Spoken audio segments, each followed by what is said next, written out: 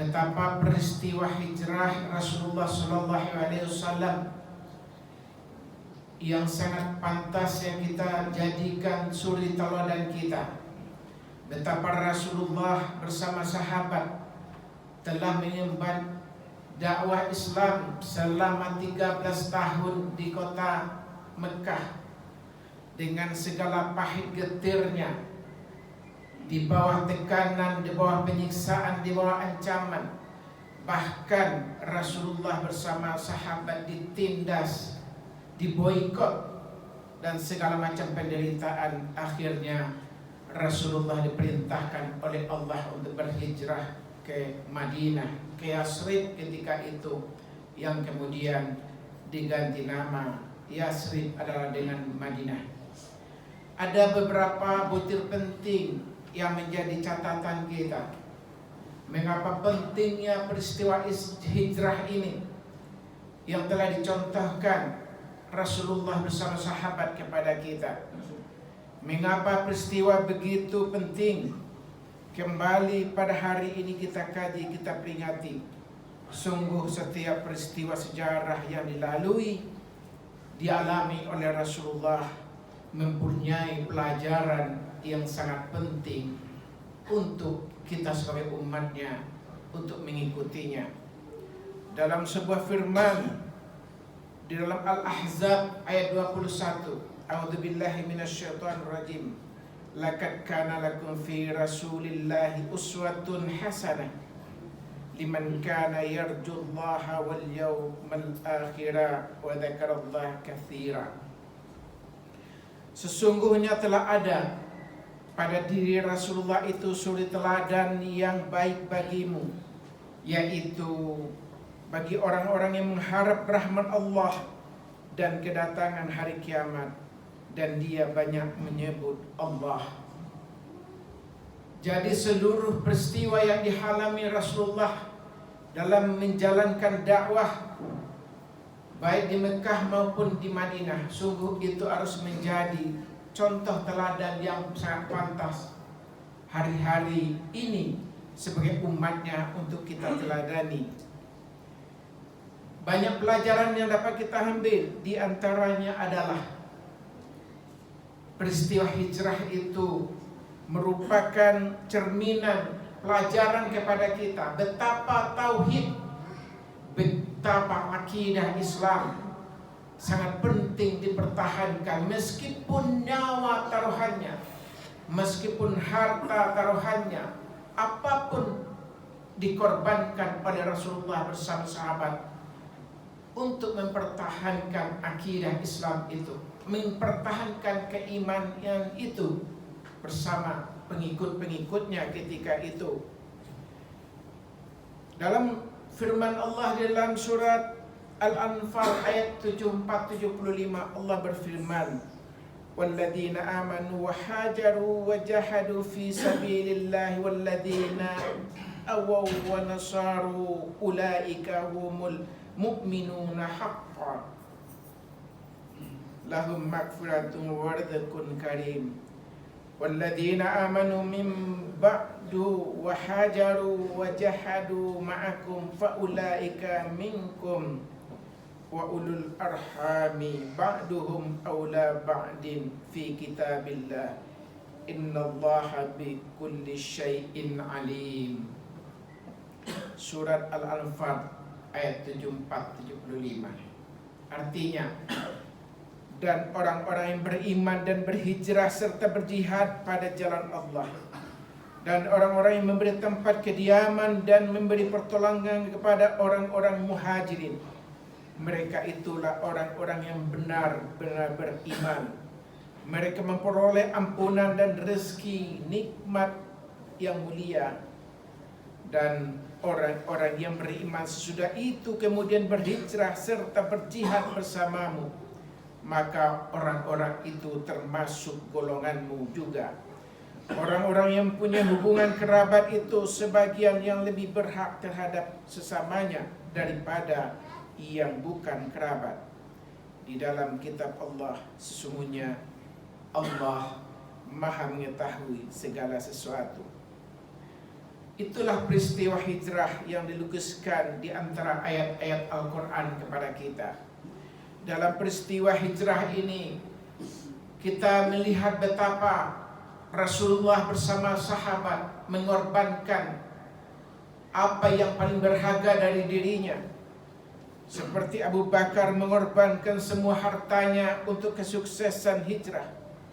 Bahkan semua potensi yang dia miliki, baik keluarganya, anak-anaknya, ikut serta untuk membantu kesuksesan hijrah ini. Begitu pula kita menyaksikan para sahabat-sahabat lainnya. Apakah itu Ali bin Abi Thalib?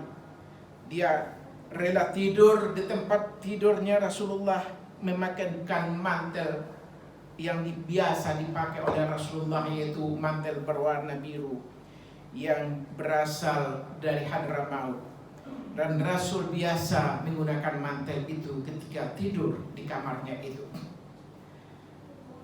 Ketika itu Rasulullah sedang diburu, sedang dicari untuk dihabisi dalam keadaan hidup ataupun mati. Tetapi Ali bin Abi Thalib dengan jiwanya, dengan segala kemampuannya, dia merelakan dirinya untuk tidur di tempat yang Rasulullah biasa tidur itu. Dan itu justru adalah bersabung nyawa, karena orang-orang akan menghabisi Rasulullah ketika itu. Begitu pula para sahabat-sahabat lainnya. Semuanya mereka dengan segenap jiwa raga hartanya, dan dia diburu oleh orang-orang kafir Quraisy ketika itu.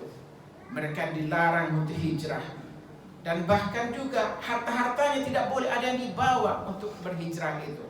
Tetapi para sahabat di bawah pimpinan Rasulullah SAW senantiasa tunduk dan patuh kepada perintah Allah. Allah memerintahkan untuk berhijrah, untuk menuju satu negeri yang berkemungkinan akan mampu mengembangkan Islam dan pengikutnya di sana. Negeri yang lebih baik ketika itu dari negeri yang ditempati oleh Rasulullah. Karena di negeri Mekah ketika itu Rasulullah bersama pengikutnya sangat-sangat mengalami kegetiran dalam hal berdakwah. Akhirnya Rasulullah berhijrah bersama sahabat. Jamaah yang dimuliakan oleh Allah Subhanahu wa taala. Peristiwa kedua, pelajaran kedua yang dapat kita ambil dari peristiwa hijrah ini adalah bagaimana Rasulullah bersama sahabat dengan tonggak sejarah hijrah ini untuk membangun masyarakat yang penuh peradaban, yaitu masyarakat Madinah bersama-sama Rasulullah. Karena Madinah bersama sahabat itulah Rasulullah ditentukan oleh Allah satu tempat yang di kemudian hari diketahui bahwa Madinah ternyata tempat yang sangat membawa keberkahan, kesejahteraan kepada Islam, kemajuan, kejayaan kepada Islam ketika itu.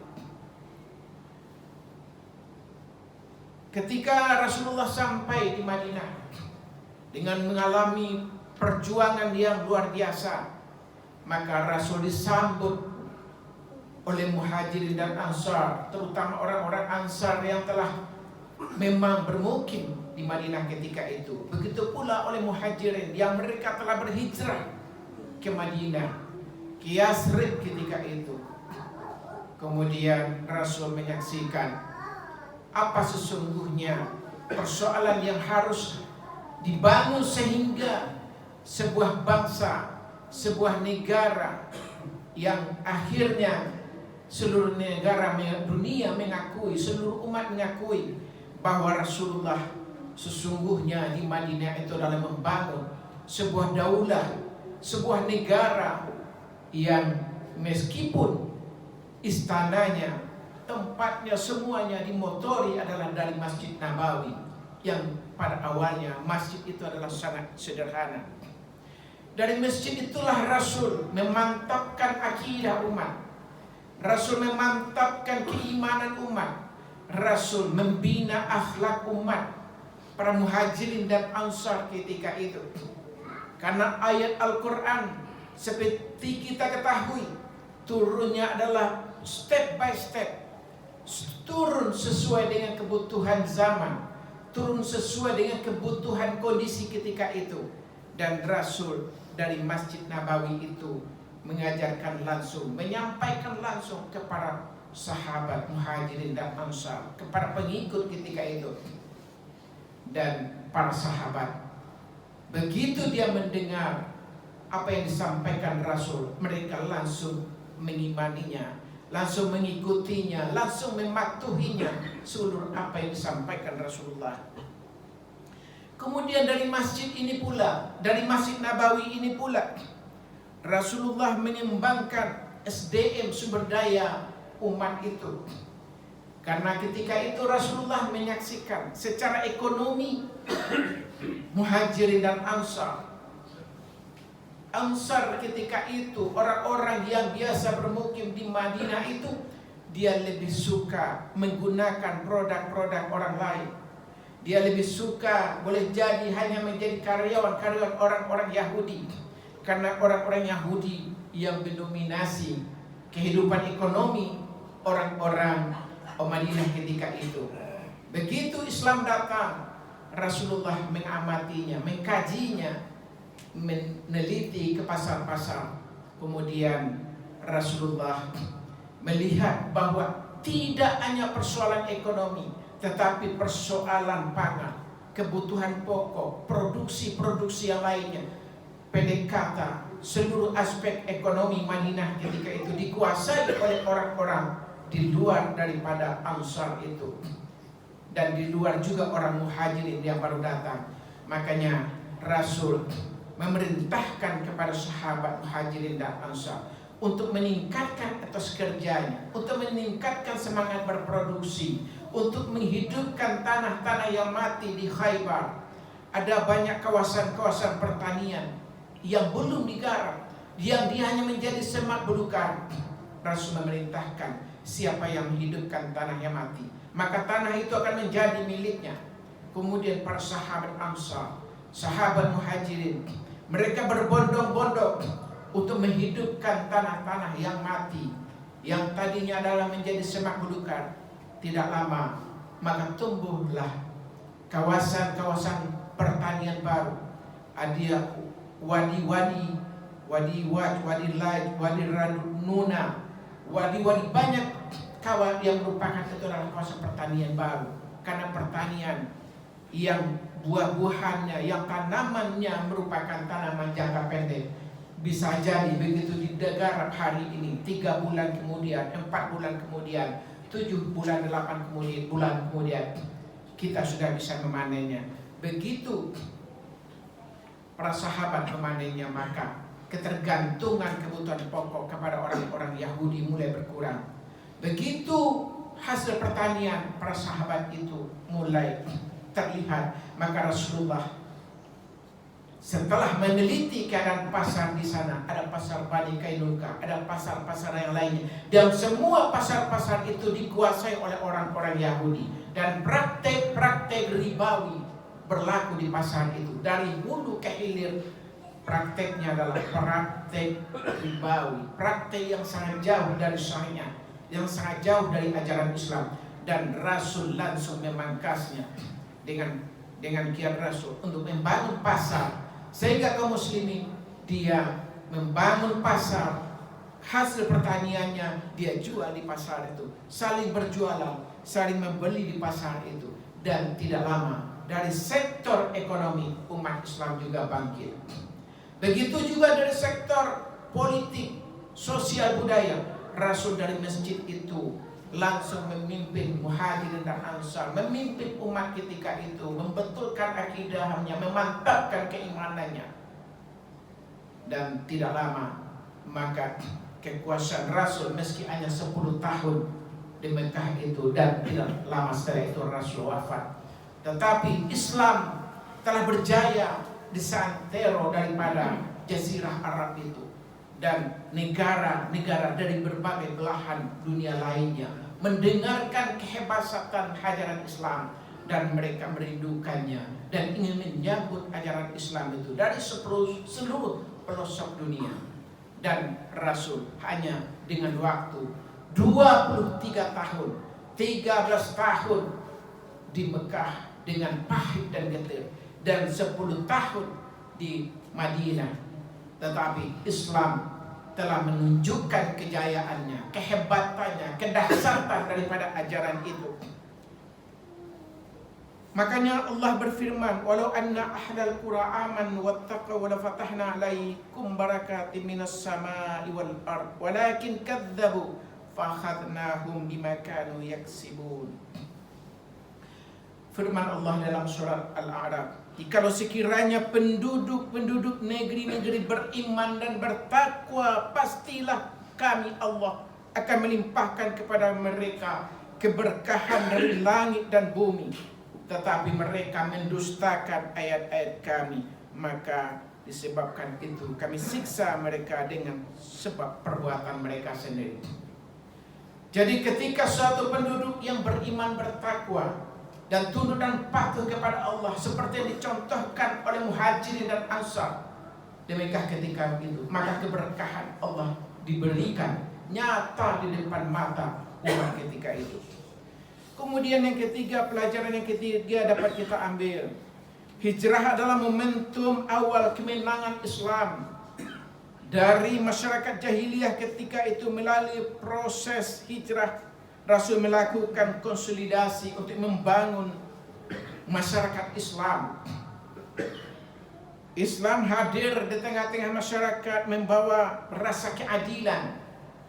Hukum ditegakkan seadil-adilnya, apapun agamanya, apapun warna kulitnya, apapun bahasanya, gemukkah dia, kuruskah dia, apapun, tapi hukum berlaku secara adil. Tidak ada hukum yang tebang pilih. Semua diberlakukan sama di mata hukum. Itulah Islam, sehingga Islam disambut dengan gegap gempita oleh masyarakat dan umat-umat, dan bahkan manusia di luar Islam pun menyambut kedatangan Islam. Begitu pula Islam membuka wawasan ilmu pengetahuan dengan Iqra, afala ta'qilun, afala tatafakkarun. Ayat-ayat Al-Quran memberikan dorongan kepada umat Islam agar jaya dalam bidang ilmu pengetahuan. Lebih lanjut, Islam juga membawa peradaban, kemuliaan, memuliakan manusia. Sebelum Islam datang, bangsa Arab terpecah belah. Bangsa Arab, orang-orang di sana saling yang kuat memangsa yang lemah. Yang lemah ditindas, tidak ada kepastian dalam hidup masyarakat. Bahkan Aus dan Khazraj itu di Madinah, beratus tahun mereka saling berperang, saling bunuh-bunuhan. Tetapi setelah Islam datang, mereka dipersaudarakan. Lebih lanjut, bagaimana Islam mengikis perbedaan, bahwa semua manusia itu sama di mata Allah. Tidak ada yang lebih mulia, bukan karena Arabnya, bukan karena non-Arabnya, bukan karena kulitnya putih, bukan kulitnya coklat, atau apapun warna kulitnya, bangsanya, bahasanya, apapun sama di mata Allah. Tetapi mereka yang paling bertakwa yang diberikan kemuliaan yang lebih oleh Allah. Inna akramakum indallahi atqakum. Sesungguhnya yang paling mulia di antara kamu adalah orang-orang yang bertakwa. Demikian Islam hebatnya, sehingga Islam mendapat sambutan di seluruh oleh umat-umat ketika itu, oleh manusia-manusia yang ada di muka bumi ketika itu. Begitu pula Islam memuliakan kaum wanita. Sebelum Islam datang, betapa kehidupan manusia menghinakan kedudukan wanita. Tetapi setelah Islam datang, Islam meninggikan harkatnya. Wanita adalah seorang ibu. Dia adalah melahirkan generasi yang akan membangun bangsa. Eksistensi manusia, kehidupan itu ditentukan oleh adanya prosesi kelahiran. Itulah wanita. Jadi dia sangat pantas untuk diberikan kemuliaan. Begitu juga Islam datang mempersatukan umat, mempersatukan manusia. Betapa di Madinah ketika itu tidak hanya Muhajirin dan Ansar, tidak ada Aus dan Khazraj, ada orang-orang Yahudi, ada orang-orang non-Islam, ada orang-orang Nasrani. Mereka dipersatukan di bawah bendera Islam, bersama-sama memperjuangkan Islam di Madinah itu, bersama-sama membangun eksistensi bangsa Madinah di bawah pimpinan Rasulullah. Meskipun agamanya Yahudi, meskipun dia Nasrani, di luar Islam ketika itu, tetapi dia berkomitmen di bawah piagam Madinah untuk berjuang, untuk tetap menjaga eksistensi negara Madinah. Bersama-sama mereka mempertahankan negara Madinah di bawah pimpinan Rasulullah SAW. Karena Islam membawakan keadilan, tidak hanya orang-orang yang muhajirin dan ansar, tetapi orang-orang Yahudi, orang-orang di luar Islam pun menyambutnya dengan senang, memberikan dukungan, menjadikan seperti bangsa kita hari ini di bawah satu piagam Pancasila dan bersatu dalam satu kesatuan, sama-sama memperjuangkan bangsanya untuk kemajuan. Dan dalam konteks kita hari ini, apa yang dapat kita ambil? Dengan peristiwa hijrah ini, kita mungkin sangat pantas untuk berhijrah dari sistem keuangan riba kepada sistem keuangan yang syariah, dari sistem politik yang sekuler kepada sistem politik yang islami, dari hijrah dari pemimpin yang fobia terhadap Islam kepada pemimpin yang mempunyai komitmen terhadap kepemimpinan Islam, terhadap Al-Quran dan Sunnah. Hijrah kita hari ini berbelanja dari kepada produk-produk orang lain, produk-produk asing. Mungkin kita sangat pantas untuk berhijrah untuk membeli produk saudara-saudara Muslim kita sendiri. Kita hijrah kita hari ini dari sekolah-sekolah non-Muslim, kita umat Islam sangat pantas bersekolah Islam, karena sekolah akan melahirkan generasi kamu tergantung dengan pendidikan kamu itu nantinya. Begitu pula hijrah kita hari ini adalah hijrah dari makanan yang tidak halal, yang tidak jelas kehalalannya, maka kita hijrah kepada makan yang halal.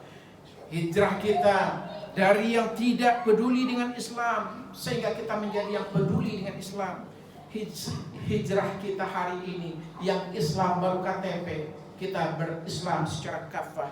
Dan hijrah kita hari ini yang tidak kenal dengan Al-Quran, dan kita mempelajari, mentadaburi Al-Quran dan menjadikan Al-Quran bahagian dari kehidupan kita.